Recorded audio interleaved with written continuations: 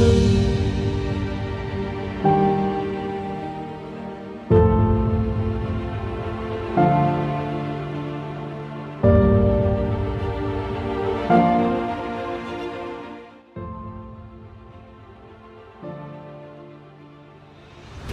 आज एक बार फिर यहाँ पे एक टोकन प्रोटेस्ट हमने किया है in the form of we can say candle light vigil.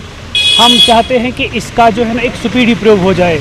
Jammu Kashmir police ने जो रिसेंटली कुछ कहा है कि 4 बंदों को हमने आइडेंटिफाई किया है, लेकिन ये किसा महदूद नहीं रहना चाहिए आइडेंटिफिकेशन तक। We want that the guilty should be punished and punish should be very severely, because this is an attack on we can say पूरे जर्नलिज्म पे। ये फेयरलेस जर्नलिज्म जिसे कहते हैं ना, उस पर एक अटैक है। पूरा वर्ल्ड कम्युनिटी शॉक हुआ, यूनाइटेड नेशंस ने इस चीज़ का कंडमनेशन किया है। जो भी फोर्सेस इसके पीछे हैं, जहाँ से भी है, चाहे वो उस पार से है या इस पार से, जो भी लोग हैं उनको कड़ी से कड़ी सज़ा देनी चाहिए, क्योंकि this has put all the journalist fraternity at the back front. और unfortunate part of the story is कि जब ये इंसिडेंट हुआ उसके बाद हमने कोई रिशफल नहीं देखा है पुलिस में, कोई ट्रांसफर जो यूजुअली होते हैं। जब भी कोई ऐसा इंसिडेंट कहीं पे होता है, कोई मर्डर होता है, जो कंसर्न एसडीपीओ होता है या कंसर्न एसपी उस एरिया का, तो उनको एटलीस्ट तब्दील किया जाता है कि सो दैट कि उनको भी लगे कि देयर वेयर सम लूपहोल्स। अगर चेक पॉइंट्स हर जगह, तो ये लोग यहाँ कैसे घुसे।